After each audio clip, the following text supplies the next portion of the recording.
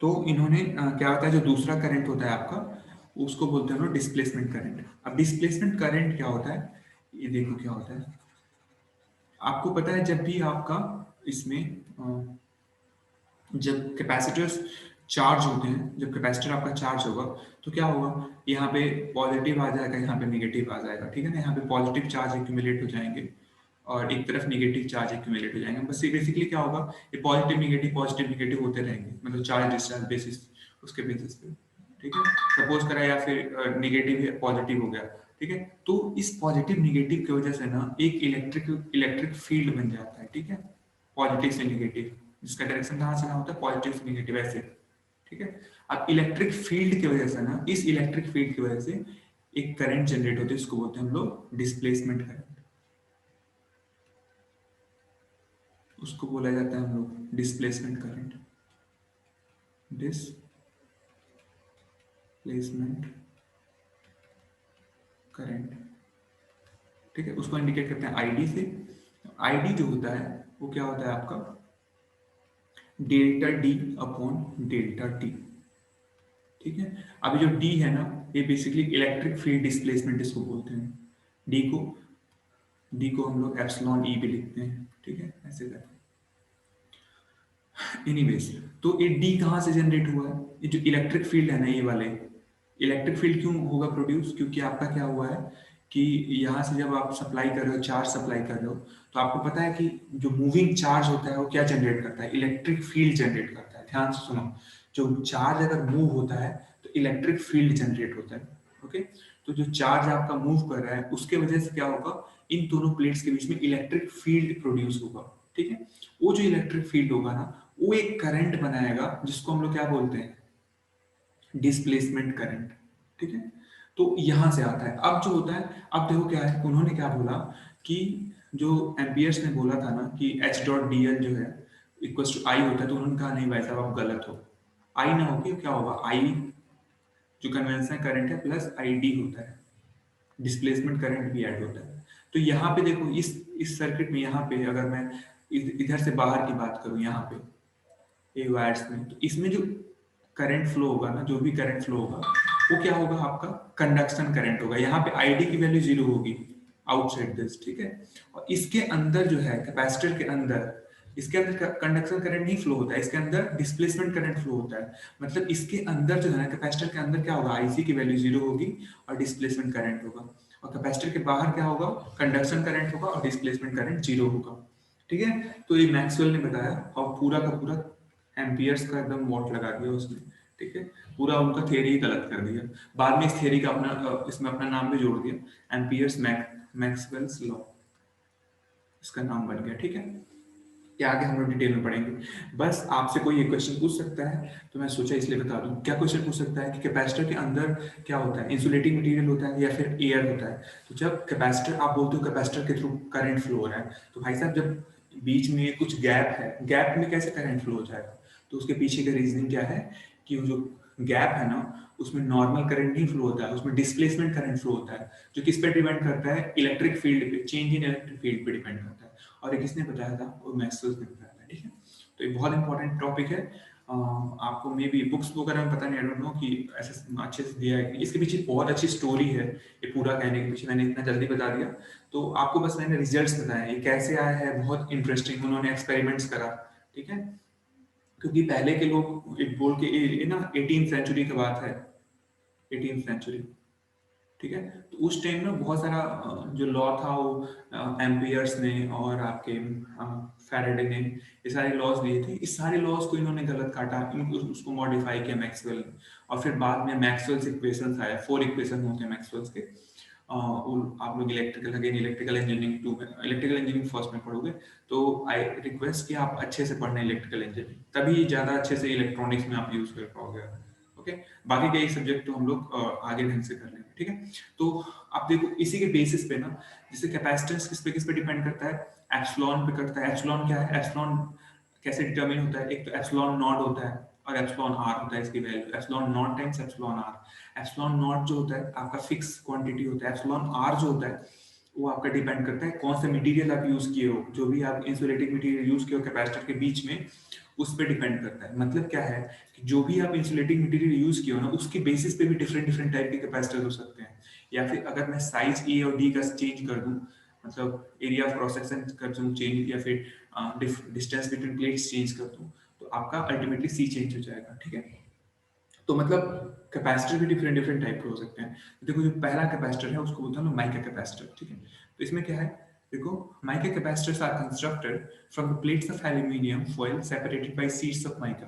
देखो, इसमें क्या है, ये जो है ना, ये आपका एल्यूमिनियम फॉयल है, जो ब्लैक कलर का दिख रहा है आपको, ये है एल्यूमिनियम फॉयल, ये भी एल्यूमिनियम फॉयल, ये भी एल्यूमिनियम फॉयल। अब इसके बीच में सीट माइका की सीट्स हैं, माइका, ये माइका है, ये भी माइका है, ये भी माइका है। ठीक है, the plates are connected to two electrodes. ठीक है, the mica capacitors have a excellent characteristics under stress of temperature variation and high voltage applications. ठीक है, तो माइका कैपेसिटर कैसे बनेगा, एल्यूमिनियम का, आपके एल्यूमिनियम फॉयल होता है। ठीक है, और उसको सेपरेट कैसे करते हैं, माइका से। ठीक है ना, तो इसमें इंसुलेटिंग मटेरियल क्या यूज हुआ है, माइका यूज हुआ है। ठीक है, तो अगेन अब इसका माइका का कुछ ना कुछ वैल्यू होता होगा, किसका, एप्सिलॉन आर का। तो जब एप्सिलॉन आर का वैल्यू होगा, depending on the value of epsilon R, जो सी होगा वो डिटरमिन होगा। ठीक है, क्योंकि पता है आपको सी कुछ क्या होता है, एप्सिलॉन ए बाई डी, और एप्सिलॉन को आप फर्दर लिख सकते हो, क्या लिख सकते हो, epsilon naught epsilon R A by D. Epsilon naught जो है फिक्स क्वांटिटी है, एप्सिलॉन आर आपने यहाँ पे किसका होगा, वन ना होके माइका का जो भी एप्सिलॉन आर की वैल्यू होगी वो होगा। ठीक है, बेस्ड ऑन इट आपका कैपेसिटेंस का वैल्यू डिसाइड होगा। ठीक है, तो देखो एक चीज लिखा हुआ है इसमें कि ये बहुत हाई वैल्यू एप्लीकेशंस के लिए यूज होता है, जैसे हाई वोल्टेज एप्लीकेशंस, मतलब जहाँ पे वोल्टेज बहुत ज्यादा रेंज में हो। ठीक है, जैसे 500 वोल्ट। ठीक है, वहां पे आप माइका कैपेसिटर का यूज कर सकते हो। इसका रेंज क्या होता है कैपेसिटेंस का, 5 से लेके 10,000 पिको फैरेड, मतलब 5 पिको फैरेड से लेके 10,000 पिको फैरेड के रेंज का कैपेसिटर यूज होता है। मतलब कैपेसिटर्स आप बना सकते हो with help of mica capacitors. ठीक है, देखने में कैसा होता है, देखो इसका लीकेज करंट काफी स्मॉल होता है। ठीक है, लीकेज करंट काफी स्मॉल होता है। ठीक है, देखने में कैसा होता है आपका, नॉर्मल आपको ऐसे दिख जाएगा। ठीक है, लैब में हमारे पास होगा ये सारा, तो देख लेंगे अगर हम लोग का लैब होगा तो। ठीक है, तो माइका कैपेसिटर है। ओके, नेक्स्ट इसमें हमारा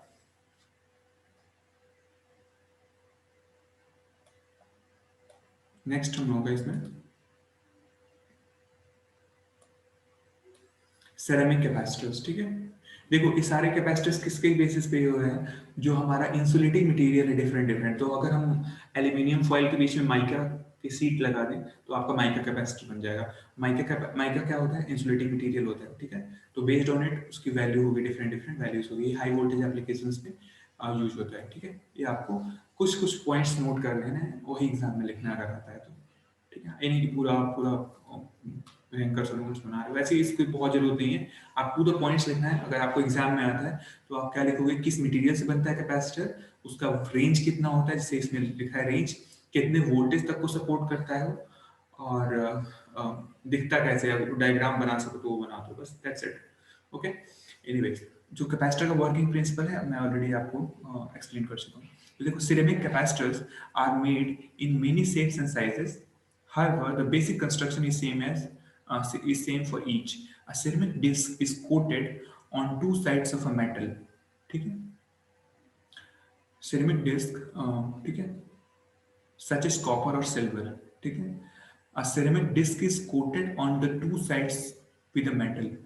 ठीक है, सपोज करो हमारा ये हमारा डिस्क है सिरेमिक का। अब क्या करते हैं ना कि ये जो डिस्क है ना, इसे सपोज करो ऐसे करते हैं हमारे डिस्क, तो हम क्या करेंगे, जो ऊपर का साइड को ना हम कोट कर देंगे किसी पर्टिकुलर मेटल से। और मेटल क्या हो सकता है हमारा, सिल्वर या फिर कॉपर, और इसके नीचे साइड को भी कोट कर देंगे। ठीक है, जो कोटिंग करेंगे हम लोग मेटल से, ये हमारा मेटल है, ये भी हमारा मेटल है, ये सिल्वर हो सकता है या फिर कॉपर हो सकता है, और हम यहाँ पे कॉन्टेक्ट्स बना देंगे टर्मिनल्स के लिए। ठीक है, और बीच में हमारा क्या रहेगा, बीच में आपका सैरेमिक रहेगा। ठीक, तो ये आपका सैरेमिक कैपेसिटर का स्ट्रक्चर है। ठीक है, अब इसका रेंज कहाँ से कहाँ तक है, वोल्टेज रेंज है आपका 3 वोल्ट से लेके, ठीक है, 6000 वोल्ट तक। इसका भी रेंज बहुत ज्यादा है। ठीक है, इसका जो रेंज है आपका बहुत ज़्यादा है। आप देखोगे ना इलेक्ट्रॉनिक्स में बहुत यूज होता है इस कैपेसिटर का, ठीक है। The capacitance range from 3 picofarad to 2 microfarad, ठीक है। ये आपका कैपेसिटेंस का रेंज है। यही इंपॉर्टेंट चीज़ें, यही आपको याद रखना है। Ceramic capacitors have very low leakage currents, ठीक है। जो इसका लीकेज रेजिस्टेंस है वो आपका 1000 मेगा ओम होता है, ठीक है। And can be used in both AC and DC circuits, ठीक है। ये दिखता कैसे है आपका, ये आपका इसका डायग्राम है। इसकी भी कलर कोडिंग रेजिस्टेंस जैसे ही होती है, but the colour coding of capacitors is not that important, okay. आप कैपेसिटर की कलर कोडिंग इंपॉर्टेंट नहीं होता है, ठीक है। अदरवाइज इसका भी जो कोडिंग है सेरेमिक कैपेसिटर का, वो नॉर्मली आपका वही बीबी रॉय और great Britain has very good wife से आ जाएगा कि कितनी वैल्यू है। देख लेना, मैंने आपसे जो बुक शेयर किया है, तो you can find the way to actually calculate the value of capacitance by using that particular table, ठीक है। तो आप वहाँ से कैलकुलेट कर सकते हो। अदरवाइज बहुत इंपॉर्टेंट नहीं होता कैपेसिटर की कलर कोडिंग, बस रेजिस्टेंस की कलर कोडिंग का आइडिया होना चाहिए। कैपेसिटर्स आप फाइंड आउट कर सकते हो उसकी वैल्यू, आपके मल्टीमीटर्स में भी होता है फाइंड आउट करने के लिए। जो अच्छे टाइप के मल्टीमीटर होते हैं उसमें ऑलरेडी होता है कि कैपेसिटेंस किसी कैपेसिटर की वैल्यू कैसे हो, कितनी होगी, ठीक है। अदरवाइज आपको ऐसी जरूरत नहीं पड़ेगी, उस पर लिखा ही रहेगा। दिखने में आपको ऐसे डिस्क टाइप का होगा, ठीक है ना। इसको डिस्क कैपेसिटर भी बोलते हैं, ठीक है। जो आपका सेरेमिक कैपेसिटर होता है इसको डिस्क भी बोलते हैं, डिस्क, सेरेमिक डिस्क, ओके। देखो डिस्क जैसा ही है स्ट्रक्चर इसका, मैक्सिमम जगह आपको ऐसे दिखेगा, ओके। तो अगेन हम बेसिकली इसमें भी जो कैपेसिटेंस की वैल्यू डिसाइड कर रहे हैं किस पे डिपेंड कर रहा है, एप्सिलॉन आर पे, ठीक है ना। एप्सिलॉन आर, हम एप्सिलॉन आर इसका क्या होगा, सेरेमिक का जो भी रिलेटिव रिलेटिव परमिटिविटी होगा वो डिसाइड कर रहा होगा एप्सिलॉन आर। और उसका जो डिस्क आप इसमें यूज कर रहे हो, ठीक है, उसका एरिया, सॉरी जो प्लेट आप कोटिंग यूज कर रहे हो उसका एरिया और distance between these two plates, these two coatings, वो डिसाइड करेगा द वैल्यू ऑफ कैपेसिटेंस। किसी को कोई क्वेश्चन होगा तो you can ask me in between.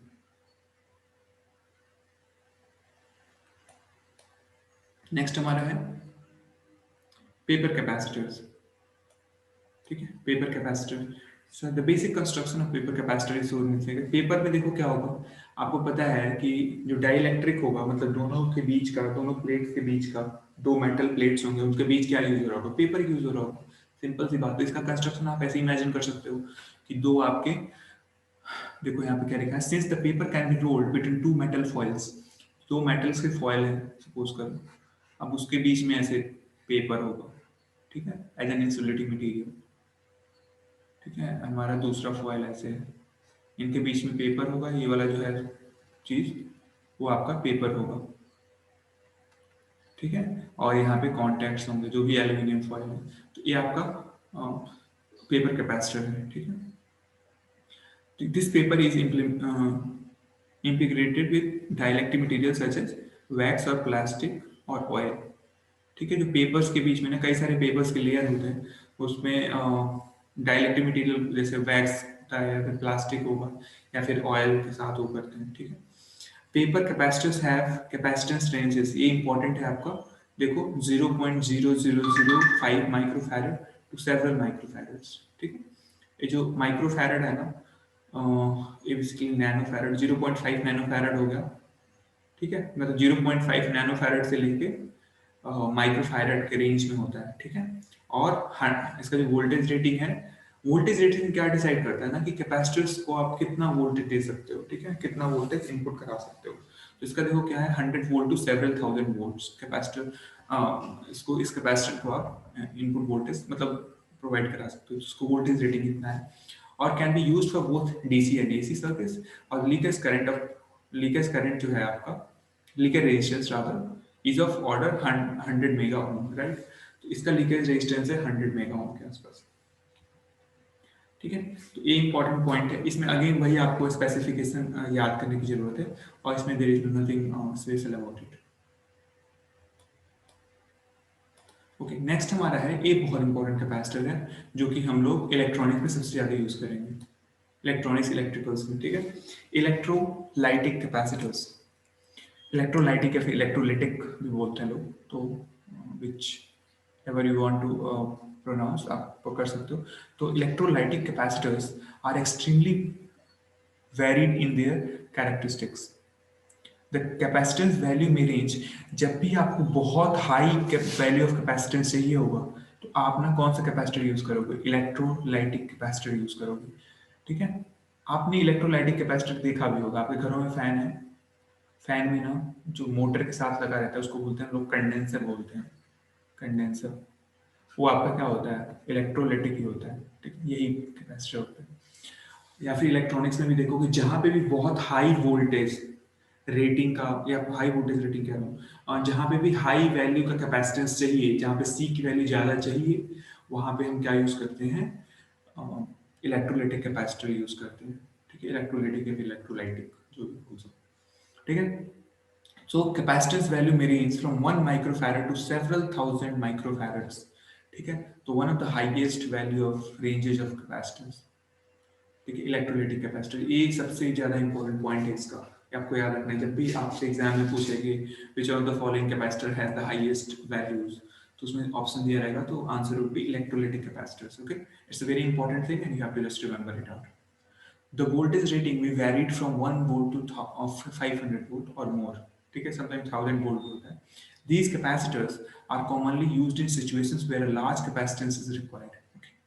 Various types of electrolytic capacitors are shown in the figure. देखो ऐसे ये आपका ना, इसको कंडेंसर बोलते हो जो फैन में लगाते हो, फैन में। ठीक है, ये जो आपका नॉर्मली रेक्टिफायर डायोड में जब रेक्टिफायर डिजाइन करते हैं हम, तो वहां पे यूज करते हैं ऐसे टाइप का। ठीक है, ये भी दूसरा टाइप का इलेक्ट्रोलाइटिक कैपेसिटर, ये दोनों कॉम्बिनेशन में बहुत common. Sorry, hello, is there any question?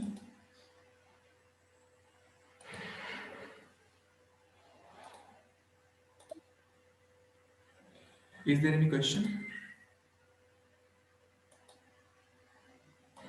No sir. Okay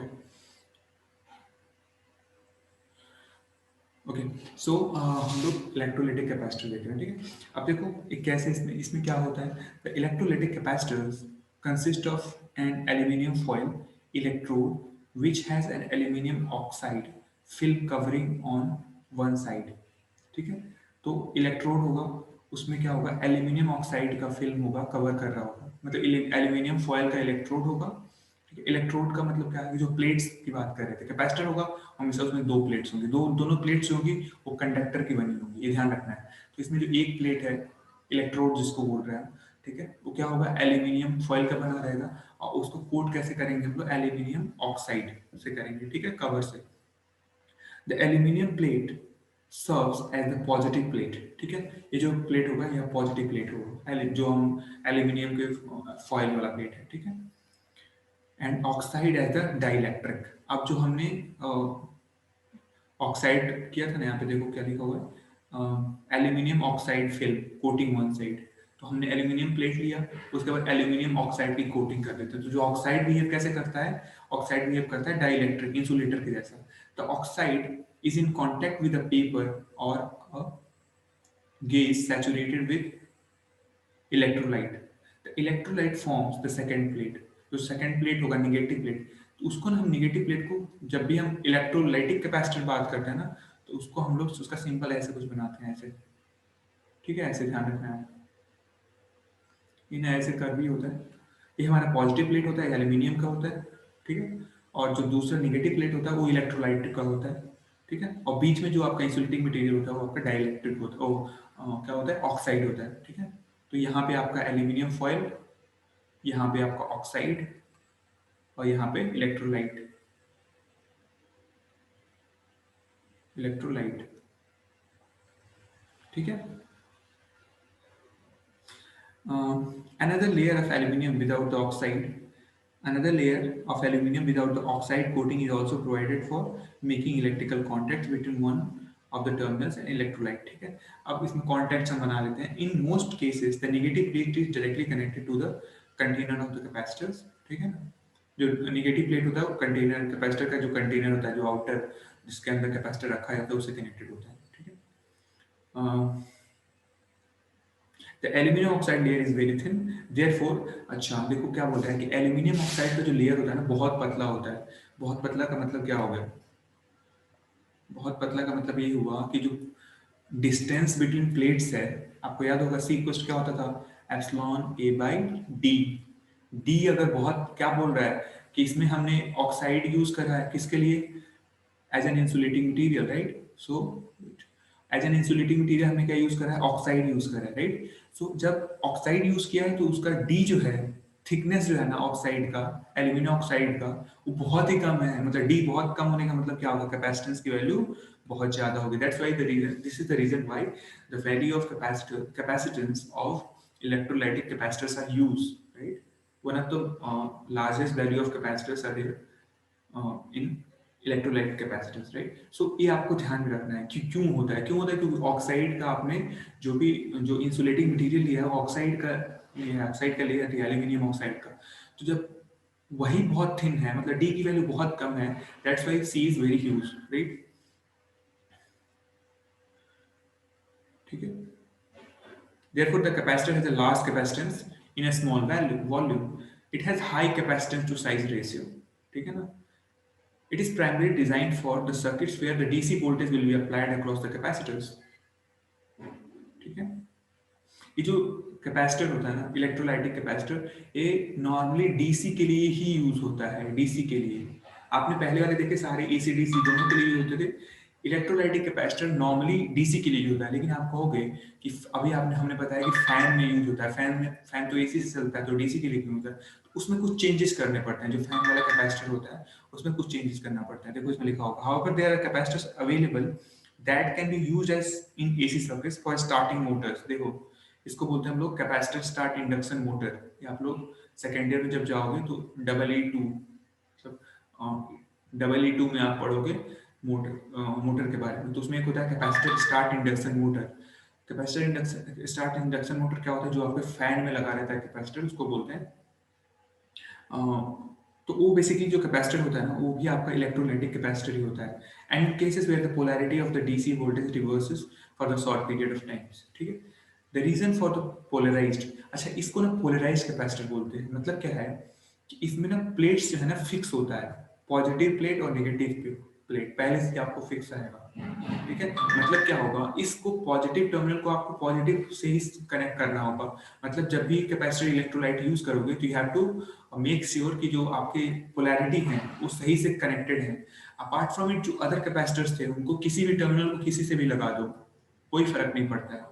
लेकिन आपका अगर ये इलेक्ट्रोलाइटिक कैपेसिटर होगा तो you have to distinguish the terminals, right. जैसे ये आपका कैपेसिटर ऐसे दिखेगा ऐसे करके, ठीक है, ऐसे करके, तो उसमें आपके दो टर्मिनल्स होंगे। तो आपको ध्यान देना है कि आपको पॉजिटिव वाला पॉजिटिव टर्मिनल से ही लगेगा, नेगेटिव फिक्स होते हैं टर्मिनल इसमें। ठीक है। तो इसको बोलते हैं हम लोग पोलराइज्ड कैपेसिटर। पोलराइज्ड कैपेसिटर का मतलब कि पहले से फिक्स है कि पॉजिटिव टर्मिनल है और ये नेगेटिव टर्मिनल। आप उल्टा करोगे तो it won't work, right. So you have to just remember it out, which of the following capacitors are polarized capacitors. तो आंसर उसमें होगा कि आपका इलेक्ट्रोलाइटिक कैपेसिटर जो होता है वो पोलराइज्ड कैपेसिटर होता है। ठीक है। ये इंपॉर्टेंट क्वेश्चन है, ऑब्जेक्टिव बहुत जगह आता है एग्जाम में। ठीक है। ओके। तो ये आपका हमारा इलेक्ट्रोलाइटिक कैपेसिटर हो गया। इसके बारे में जो इंपॉर्टेंट चीजें हैं, इंपॉर्टेंट चीज क्या है, सबसे पहली चीज कि इसकी जो वैल्यू होती है बहुत ज्यादा होती है। बहुत ज्यादा क्यों होती है, क्योंकि इसमें जो डी होता है ना कैपेसिटेंस का बहुत कम होता है, क्योंकि ऑक्साइड का जो लेयर बनाते हैं एल्यूमिनियम ऑक्साइड का वो बहुत ही पतला होता है। ठीक है। एक जो इसका पॉजिटिव प्लेट होता है एल्यूमिनियम फॉयल का बना रहता है, जो नेगेटिव प्लेट होता है वो आपका इलेक्ट्रोलाइट का बना रहता है। ठीक है। और इसकी जो कैपेसिटेंस की वैल्यू बहुत ज़्यादा होती है, जो voltage rating 1 volt to 500 volt. बस इतनी चीज़ें आपको याद रखो, दैट्स एनफ। नेक्स्ट आता है हमारा वेरिएबल कैपेसिटर्स। जैसे हम लोग वेरिएबल रेजिस्टेंस चाहिए होता था, वैसे हम वेरिएबल कैपेसिटर्स, मतलब सी को हमको क्या करना है, वेरी कराना है। तो सी वेरी कैसे होगा, नहीं तो आप ए को वेरी कराओ, नहीं तो डी को वेरी कराओ। ठीक है। आप एप्सिलॉन को भी वेरी करा सकते, मतलब एप्सिलॉन नॉट एप्सिलॉन आर, इसको लिखो ए बाई डी, मतलब आप इसको भी वेरी कराओ। लेकिन फिर क्या होगा, आपको मटेरियल चेंज करना पड़ेगा। ठीक है। तो मटेरियल तो चेंज नहीं कर पाओगे, आपको एक ऐसा कैपेसिटर बनाना है जिसमें आप एक ही झटके में उसकी वैल्यू को चेंज कर दो। तो आप ऐसा तो नहीं करोगे ना कि पहले मटेरियल, उसके बीच का मटेरियल पहले एयर था उसके अंदर फिर कुछ और भरो, तो ऐसा तो करोगे नहीं। तो आप कुछ ऐसा अरेंजमेंट करो कि आप मटेरियल नहीं चेंज करना पड़ेगा। तो क्या करना पड़ेगा आपको, केवल ए चेंज कर सकते हो या फिर डी चेंज कर सकते हो। नॉर्मली इजी है डी चेंज करना। ठीक है। तो इसको हम लोग वेरिएबल कैपेसिटर बोलते हैं।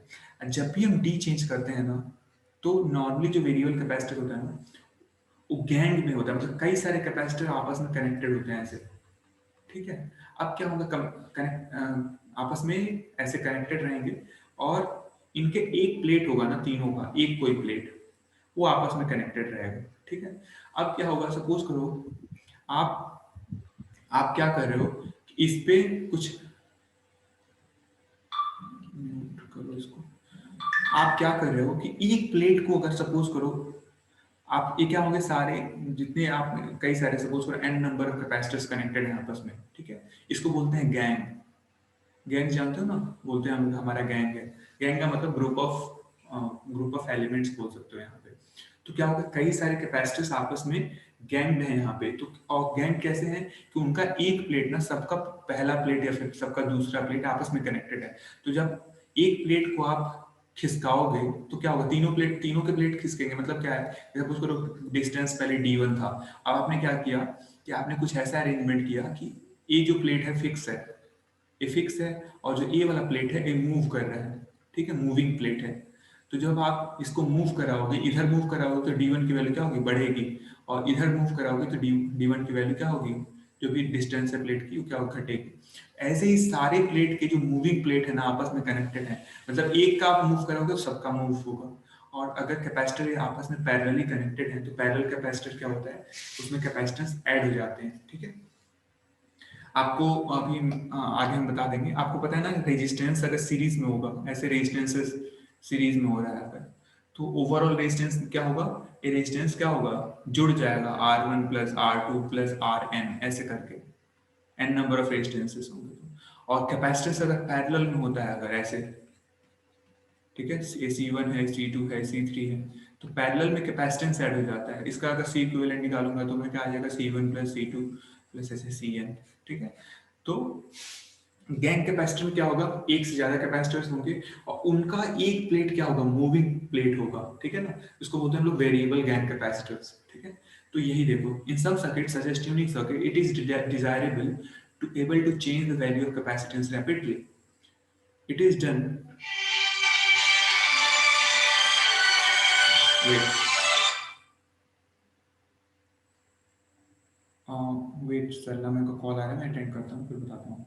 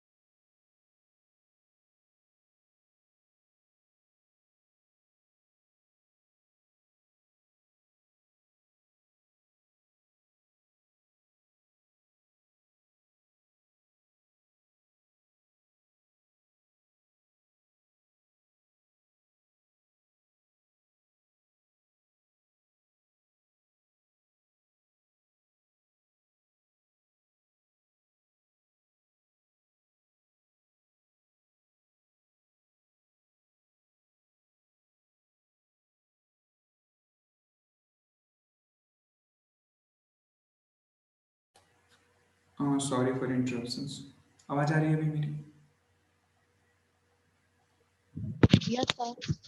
Yes, sir. ओके, सो देखो गैंग कैपेसिटर में क्या होता है, जो वेरिएबल कैपेसिटर्स होता है ना,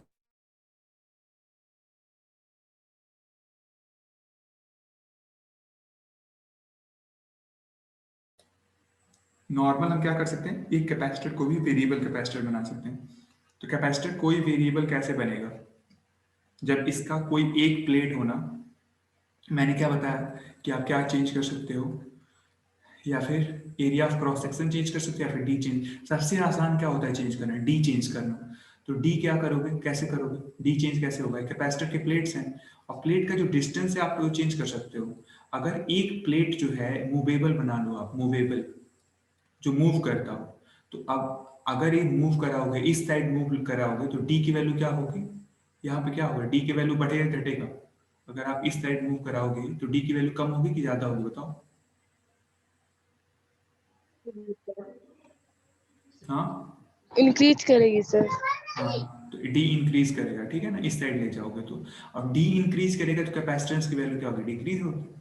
अब इस मूवेबल पार्ट को अगर आप इस इधर ले जाओगे, इस साइड ले जाओगे, तो क्या होगा, डी क्या होगा, डिक्रीज होगा। और डी डिक्रीज होगा तो आपका सी क्या करेगा, इंक्रीज करेगा।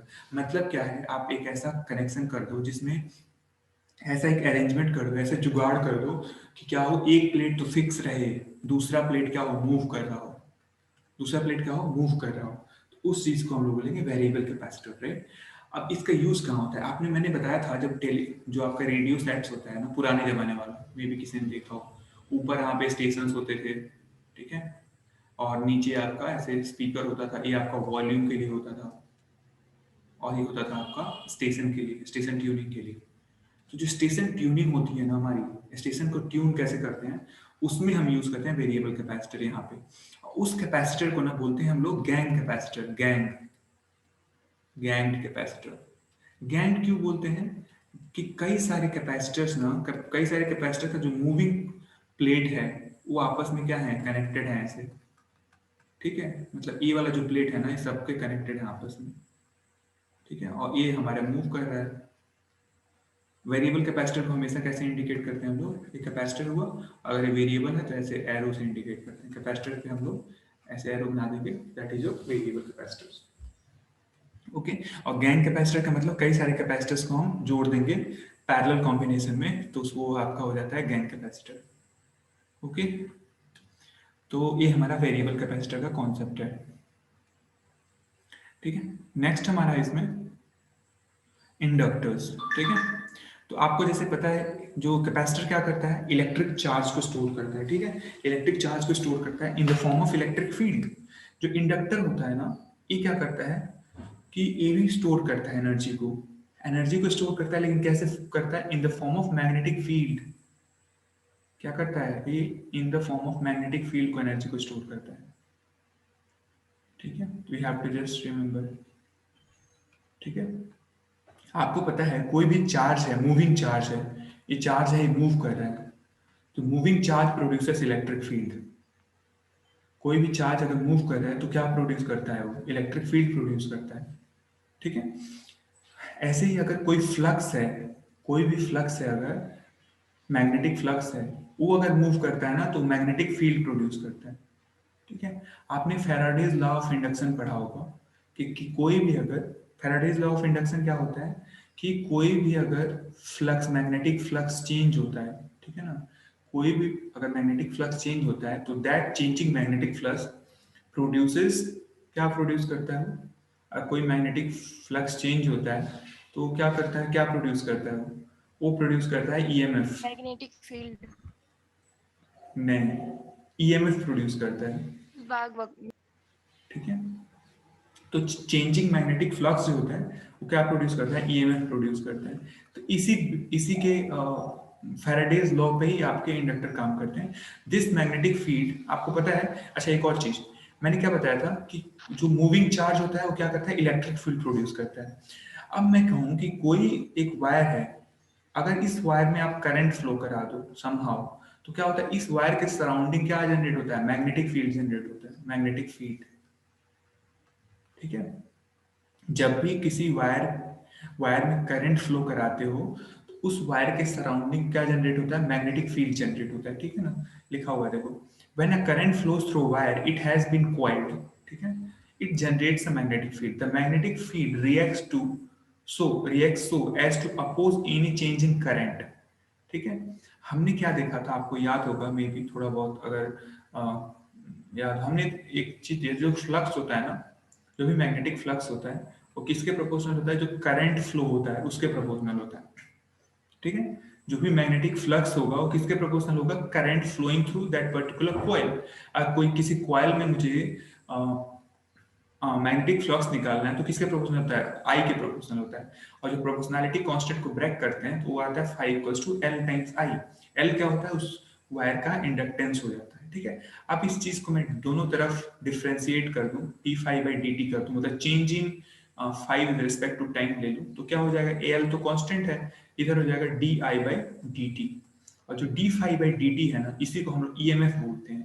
अल्टीमेटली वही होगा, आपका वोल्टेज हो जाता है। तो वोल्टेज इक्वल टू क्या हो जाएगा, D I by D T. तो जो भी आपका वोल्टेज प्रोड्यूस होता है ना, वो आपका सिंपली ये हो जाता है। ये किसकी बात हो रही है, हमारी इंडक्टर की बात हो रही है। तो इंडक्टर में जो फ्लक्स प्रोड्यूस होता है, मैग्नेटिक फ्लक्स, वो किसके प्रोपोर्शनल होता है, current flowing through that particular inductor. और इंडक्टर बनाते कैसे हैं, हम एक वायर लेंगे, इसको ऐसे घुमा देंगे, कॉइल बना देंगे, बस वो इंडक्टर बन गया, ठीक है। So in that inductor the magnetic flux is directly proportional to the current flowing through that particular wire। तो वायर में जितना करंट फ्लो होगा उसी के हिसाब से उसमें मैग्नेटिक फ्लक्स जनरेट होगा। और वो मैग्नेटिक फ्लक्स अगर चेंज हो रहा है विद रिस्पेक्ट टू टाइम तो क्या वो जनरेट करेगा, ईएमएफ जनरेट करेगा। और ये किसने बताया था, ये बताया था फैराड ने। तो इसको बोलते हैं फैराडेज लॉ, ये फैराडेज लॉ है, ठीक है, okay. So this reaction of magnetic field trying to keep the current flowing at a steady state known as inductance, and the force it develop is called induced EMF। यही मैं बात कर रहा था EMF का, ठीक है। The electronic component producing inductance is called inductor, ठीक है। अब याद होगा आपको, हम लोगों ने एक फॉर्मूला निकाला था इंडक्टर का, वो क्या होता है, simply mu N square A by L, ठीक है। एन क्या है, नंबर ऑफ टर्न्स, कितने आपने ये वायर लिया। आप इंडक्टर कैसे बनाओगे, कंडक्टिंग वायर लोगे, ऐसे इसको रोटेट कर दोगे, जितनी बार रोटेट करोगे उतना नंबर ऑफ टर्न्स होगा, ठीक है। ऐसे ही जो म्यू होता है परमिएबिलिटी ऑफ मीडियम, कि कौन से इसके बीच में जो आप कॉइल रोटेट कर रहे हो, किसके ऊपर रोटेट कर रहे हो, तो वो आपका इंडिकेट करता है परमिएबिलिटी, ठीक है। ये भी आपका म्यू नॉट म्यू आर होता है। म्यू नॉट एक कांस्टेंट क्वांटिटी होता है, म्यू आर जो होगा डिपेंड करेगा